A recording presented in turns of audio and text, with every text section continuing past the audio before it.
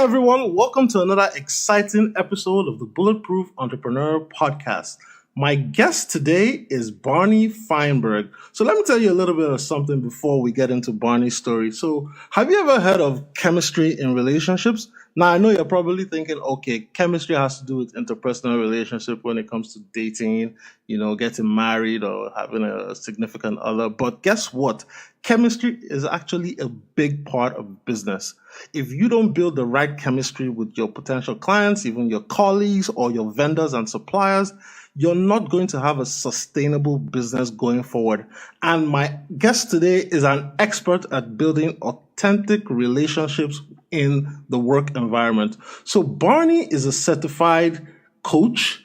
He is also the author of the new book, The Chemistry Factor. He has over 25 years of experience in this space, teaching executives, thought leaders, entrepreneurs, and CEOs about how to build authentic relationships in the workplace.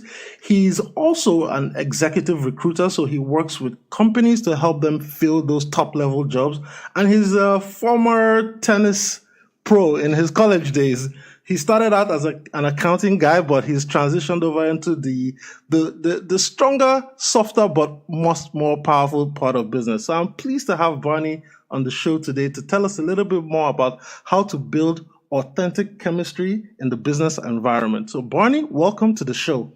Well, thank you, Chai. It's a pleasure to be here. Awesome. So Barney, I talked a little bit about your background, but you know what? Just give us the quick cliff notes. How did you get started on this path to teaching people about how to build powerful business relationships?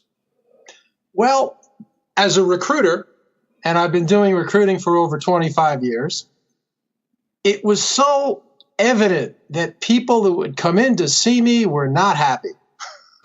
People tend to take, new positions because whatever they're doing, there are disconnections with what is happening to them at work. Mm-hmm.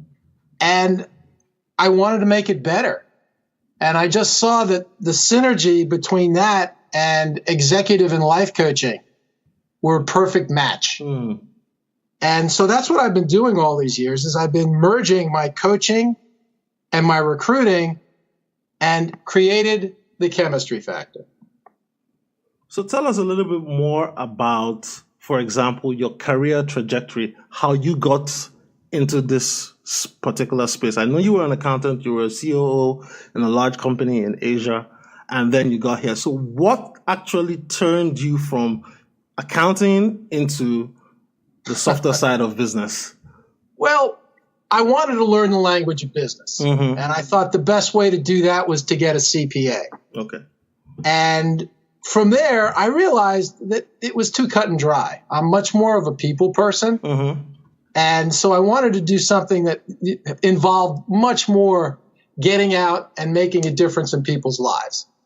So finding opportunities for people at work, to find new careers, it was a great fit for me. And I wanted to give more because what I noticed was too often people are focused on two things when it comes to a job. Mm-hmm. Career, where will this take my career? And money, how much money am I going to get? Mm-hmm. And they were not as focused on how good the fit is going to be. I mean, I see this all the time in mergers and acquisitions. Strategically, the merger and the acquisition makes a lot of sense. Mm-hmm. Two companies are going to get together. Each has $100 million. And by the time they're done, they lose so much talent that from 200 million, they're down to 150. Mm. And it was because they weren't looking at the chemistry. How can we really connect to each other? Mm.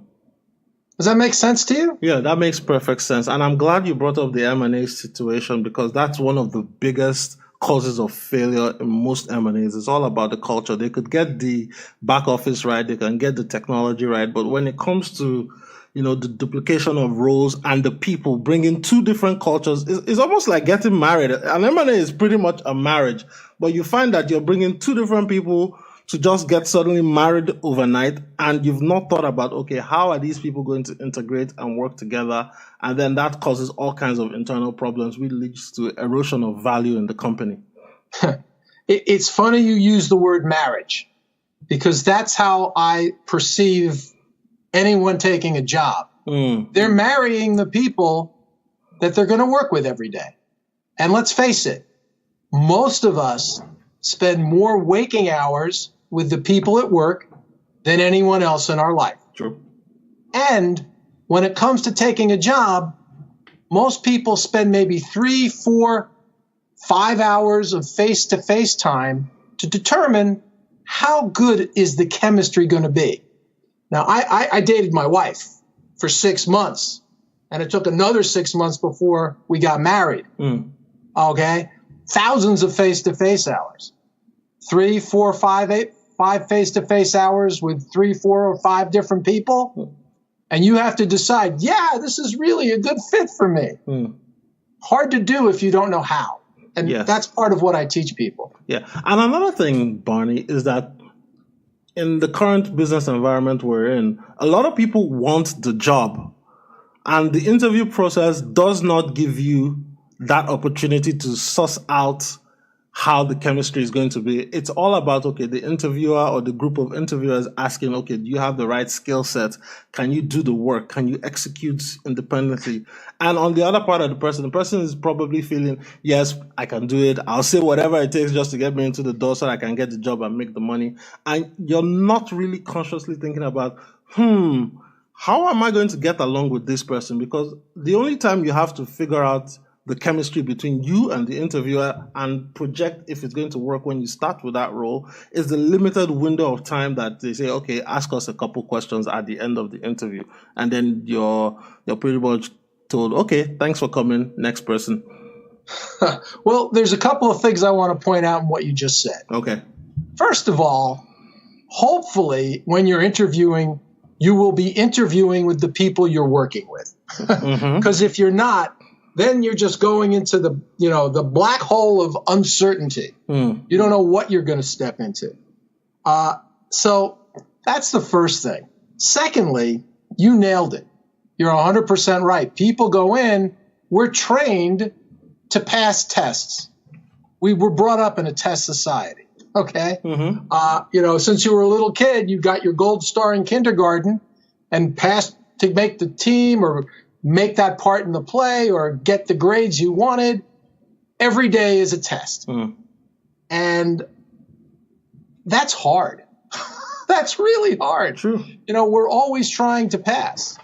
And some people are better at it than others, but it wears us down. It really does. And there's a better way of interviewing instead of taking the test. And I call it the field trip mentality. Okay. So when you're on a field trip, you're going to be much more open to hearing what the other person has to say and who they are, rather than trying to pass the test. Because when you're passing a test, too often you're listening more to yourself than the people you're talking to. How did I answer that? What do they want to hear? Does that make sense? Yes, that makes perfect sense. Yeah. And so on a field trip mentality, imagine you were going to Disneyland. Have you ever been? No, not yet. Okay. Well, when I use vacations or field trips, something, when you had that curiosity and that value of discovery, where if you're feeling uncomfortable in the conversation, it's telling you something like, do I really want to work with this person? Okay. Whereas with that field trip mentality, if you're feeling comfortable, what is it that's causing me to feel comfortable? And you've read my book. Yeah. So you know what I think creates chemistry, which is our values. All right. So looking at it on the other side, and I want to stay here for a little bit because I know it's going to be helpful to those that are still young in their careers and probably thinking, okay, it's a new year, probably need to change my job.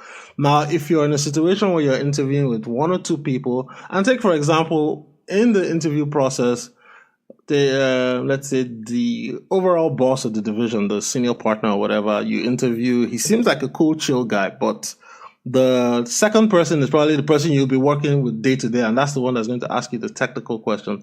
But in your gut, you're getting that reaction that I don't want to work for this guy, but I need the job, but the boss is cool. How do you navigate that, especially when you're very early in your career? Because your gut always tells you something in that. It's just that we don't listen to it. Yeah. You're trying to ignore it because you want to pass because maybe you need the job. Maybe you need the money. Mm-hmm. Well, I'll give you the good news, and there's not that much bad news here. Okay? Yeah, sometimes life we need to make an income. And, if you're in that situation, depending on how viable it is. I mean, sometimes if you're just coming out of school and you're living in your parents' house or something like that, you've got time to be able to deal, to make the right choice, not just any choice. I've seen people take the wrong job to later miss the right one because they took the wrong one, which is, something they have to keep in mind. But getting to your point, okay, you're dealing with someone who you have to work with and you're sensing this person's not really who you want to work with. Well, there's the good news. Everybody has values in common. The key is this, to first know what your values are. And when I talk to people, they usually give me, at best, 3. Okay. What are your top 3 values? And somebody just yesterday, family is a value for me. And integrity is a value for me. And I'm like, yeah, me too. And then I ask them, how many values do you think there are in family? There's quite a bit, 30, actually. 40. Yeah. There's so many. If you look at the back of my book, you'll see that I've listed 400 values plus, and there's a lot more that I didn't even put in the list. But the first step is to better know yourself, because when you know what your values are, say you could name 20 or 30 of them, and you're listening in the conversation as to what's showing up and what's not, now you understand what values will connect me to this person and which ones will not. I had a client who took a job, had been there for about 3 or 4 months, and was miserable. Yeah. The person they were working with was a micromanager. Okay? Now, it wasn't the person they interviewed with. This person came in shortly after she joined. Yeah. And she was, this is terrible. It was upsetting her. Her value of independence, the value of trusting, all of these things just were disconnecting her all the time. Efficiency, waste of time, doing it more than once, all of that stuff, being double checked, etc. Have you ever been like, you've experienced that? Yes, I have. Yeah. Yeah, of course. Okay. Everyone that is of working age probably has. Yeah, right. Exactly. So yeah, she was ready to leave. And we did some coaching. And what she discovered was that this person, one of the values that they had in common was dedication. And what was ending up happening was, well, she was perceiving that this person didn't trust her. So in turn, she wasn't trusting him. And what we talked about was, how can you empower the value of trust, no matter what the circumstances? And she was able to do it. And suddenly this person who had a hard time trusting anybody, which means they also had a hard time trusting themselves, started trusting her. And it was a load off of this person's shoulder, because one thing I can tell you about micromanagers, they kill themselves. True. They take on way too much. And if they can find somebody they can trust, oh my God, they're happy to hand off a lot more and they don't have to check as much. And in fact, this person got promoted pretty quickly because they were one of the people that could understand how to authentically connect with this individual. Yeah. And it's funny that you mentioned that, because I remember early in my career, there was this one particularly hands-on micromanager. And because of that, that person actually spent a lot more time in the office, never really had like an outside life beyond the office, would come in early, stay till like 1, 2, 3, go home, and then be back in the office 8, 9. And it was really crushing the spirit of the more subordinate people that they were working with. And I just noticed that because of that, a lot of people decided to either get reassigned or just even leave because that micromanagement level was just too much. Every little detail was micromanaged and scrutinized. So yes, you're right. It really does drive that person particularly more crazy than you on the receiving end. So imagine empathy. Imagine empowering that value with this person authentically. Now, you can't fake empowering it, but empowering empathy and really that person understanding that you care that they have a life. Okay? Wow. Thank you. Maybe that would be the basis of really building a stronger relationship with each other if they appreciate empathy. I mean, they'd have to have a value that appreciates that as well. Yeah. But yeah, and that's the game. The game is to know your values, and the more values you know how to empower, the more opportunities and more possibility you have to connect to people in very powerful ways. And I'm going to give you an example of it. You and me. Yeah. You ready? Yeah. Let's use empathy. It sounds to me that you're a very empathetic man. Yes. Okay. Think of a moment in your life when empathy was everything. Like, boy, it's like that moment that said, man, every time I think of that moment, I get choked up because it was such a powerful opportunity for me to be empathetic with that person. Yeah. Do you have that story? Yes, I do. All right. How do you feel when you think about it? I think it makes me not that I think, I know it makes me feel good because it was a situation where the person I was working with was going through some significant personal challenges and felt that they had to spend more time. She felt she had to spend more time in the job in order for people to, give her that respect and say, okay, she's actually doing a good job. But her marriage was crumbling in the background. She was having challenges in her family life back in her home country. And I said, look, don't kill yourself trying to please people because you have more important things. You have to take care of your husband in the house. You guys are not really getting along. And I know you have major challenges back home in your home country. You need to take some time off and deal with that. Your career, you have a long life and your career is going to be much longer. So don't worry about the near term. Take some time off. Take a vacation or something. Go deal with your house. Yes, I felt. You felt like you made a difference. Yes. Okay. That empathy allowed you to take action. And you took it from that powerful value. Whenever you think of that story, empathy will automatically empower who you are being in that moment. And imagine you and I both empowering that value at the same time, where we're both being empathetic. How do you feel now? I think I feel good. It creates a common bond between the two of us. It makes me like you better. Yes. Yes, it empowers us to go way beyond, what we might have gone to. Whenever you are connecting to a value that you have in common with the person you're talking to, everything else goes away. It's like the world becomes so much more possible. And you just get much more energized. That's authentic connection. So you're dealing with someone who can appreciate the value of empathy when there are other values that are disconnecting you, and suddenly the world changes for them and for you. And that's a subconscious thing, right? The person is not checking off the box. No, it's conscious. Oh, really? Oh, that's it. Yes. You have what I term DNA values. Okay. These are the values that you turn on automatically. And frankly, they control you more than you control them. Yeah, they're subconscious. I talk about transformation. I talk about consciously empowering values that may not have normally shown up because of the circumstance. Circumstances dictate our actions way too often.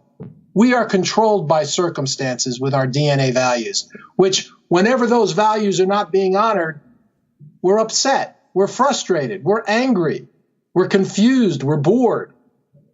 Those are the telltale signs of being disconnected from a value. So how do you reconnect?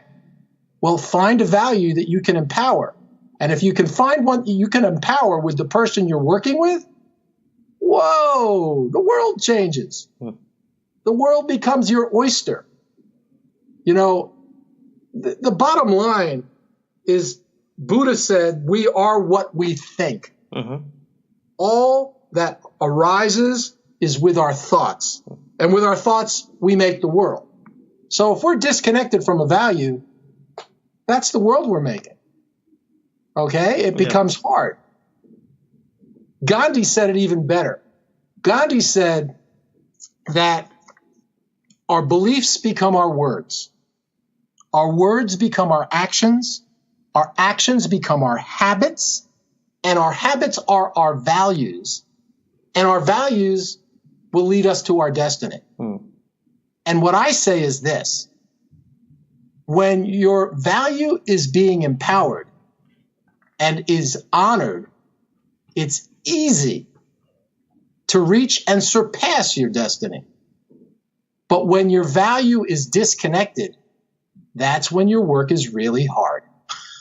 That's when you don't know what to do next. Then when you get into stop and go action, when thank God it's Friday, Wednesday, hump day, all of these things, and it's unconscious. But when you make a conscious effort, and that's kind of like really what this book, is about, is emotional intelligence. Yes. Okay. I mean, that's really what this is all about. And your ability to identify and manage your emotions. And when you're empowering a value, you're managing them brilliantly. Yeah. And when you're authentically connecting with someone, you're helping them to manage their values as well, to vet their ways of being. And it's a conscious practice. Anyway, I could go on and on, so I better. Yeah, no. Interesting. Very interesting. So we've talked a lot about, creating authentic, empowered relationships in the workplace for career success. Now, I know a lot of my listeners are people who are like you. They're people persons. They are empathetic, and they are also responsible for generating new business. So like I mentioned earlier, that means finding an authentic way to connect with a possible prospect and figure out how to create a business relationship that can be profitable for your company as well as beneficial to them. So what are some of your key tips to help that person? Because I know you work with a lot of ad agencies and marketing firms, and I'm sure you're probably in touch with a lot of people who are responsible for sales and business development. So help us out here, since we understand you're the chemistry master, so to speak. How can we start creating better chemistry in those sales situations where we have targets and we have to meet those targets? Well, here's where it starts, okay? Expectations. Someone once said that expectations are the mother of frustration. Okay? If you have expectations of making sales when you're talking to somebody, wow, you're not connecting at all. You're not connecting at all. It's really key that you choose the values that you want to empower in that conversation. If you're looking to get somewhere, it's like my daughter, she's a runner. If she's thinking about the finish line before she starts the race and before the gun goes off, she's not going to run very well. She's going to keep looking, when am I going to get there? When am I going to get there? Kind of like if you got driving directions for the first time to go someplace, it seems like it's taking you a longer time than it should because you keep looking at where to go next. Yep. Okay. So when the gun goes off for my daughter, all she's thinking about is taking the first step. And if she's empowering the value of confidence, it's going to be clear for her where the next step will go. If she's, there are so many values that we can work with. But when you're talking about expectations, suddenly your mind is in the process and it's not in the being. You're about the destination and you're not really figuring out who you want to be in the journey. I would suggest this for new business is friendship, really empowering that and forgetting everything else and allowing that to take you forward. People are going to be much more attracted to that than they are about, gee, let me tell you why you should buy this. Awesome. So basically, going, especially with that first meeting, don't have the expectation, oh man, I'm thirsty to sell something, because people can smell desperation. I've noticed that in several situations, that if you go into that kind of scenario and you're desperate to make a sale, people can smell it, and that turns people off. It's almost like in the dating scene, where if you're desperate to get a girlfriend, you go in there on your first blind date or your first meeting, and you're like, oh, so when do you want to get married? And that just turns the person right off completely. You're taking the words out of my mouth. Yeah, I use that all the time. If you're going in about getting married, it's like going on. That's why people don't like blind dates, because they're test driven. There's so much judgment going on and passing the test. Whereas if you go in and if you think of a friend, think of your best friend and the relationship you have with your best friend, and allow that to empower friendship for yourself, like you're talking to that friend. Well, then everything else will come to pass the way it's supposed to come to pass. Sure. It's not like if you call somebody, you should sell them.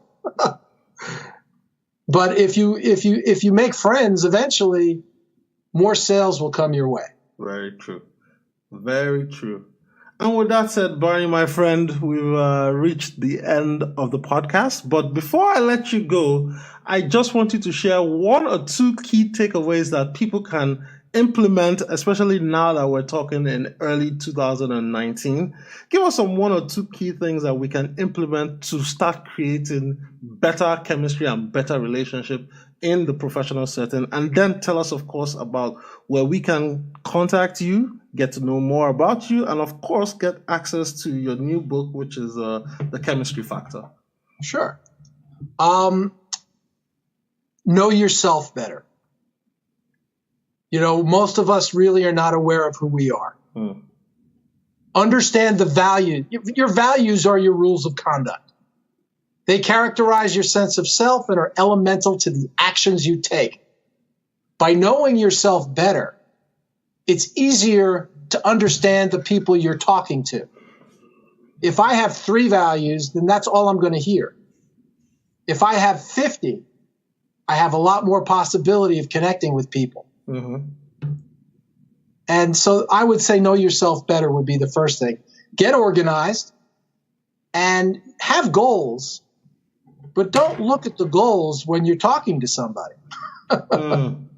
Too often we're looking at the goals and we're not being with the person. Awesome. So in terms of where can people reach out to you if they want to learn more about you, and where can they find the book? The book is on Amazon. Okay. It's called The Chemistry Factor. Subtitle, Create Powerful Business Relationships for Greater Success. And you can reach me at Barney, Barney, at thechemistryfactor.com. Awesome. And I'll be sure to put a link to all that in the show notes when this episode is published and live. So with that said, Barney, thanks for coming on to share your story and your words of wisdom. I've truly appreciated you teaching me how to create better relationships in the workplace and also better friendships with my prospects for business development and sales. Thank you very much, and congratulations on all your endeavors. Thank you.